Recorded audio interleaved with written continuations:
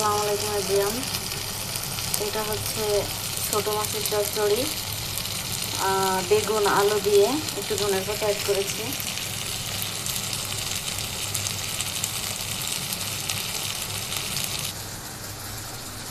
আর এটা হচ্ছে ডিম ভুনা।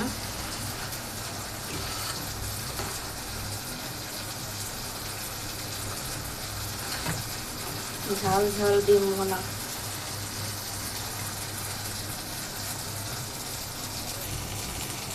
এটা মাছ ভাজি।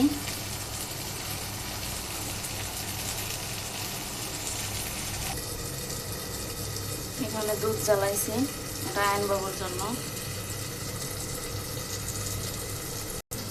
আর এটা হচ্ছে গুঁড়া মাছ ভর্তা করব। আমার হাজবেন্ড যখন বাসায় আসবে রাত্রে, তখন হচ্ছে গরম গরম ভাতের সঙ্গে এই গুঁড়া মাছটা ভর্তা করব খাওয়ার জন্য।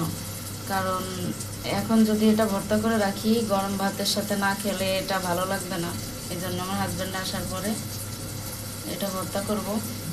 এটা হচ্ছে ভেজে, তারপর হচ্ছে ধনিয়া পাতা, পেঁয়াজ, মরিচ, শুকনো মরিচ সব কিছু একসঙ্গে ভেজে তারপর হচ্ছে শিলপাটায় বাটবো।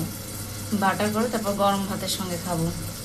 আপনারা চাইলে এরকম ছোটো মাছ ভর্তা করে খেতে পারেন, অনেক মজা লাগবে। তো আজকের পর্যন্ত এখানেই বিদায় নিচ্ছি। Tata bye bye. আজকে রাতের খাবার এটাই ছিল। আল্লাহ হাফেজ, ভালো থাকবেন সবাই।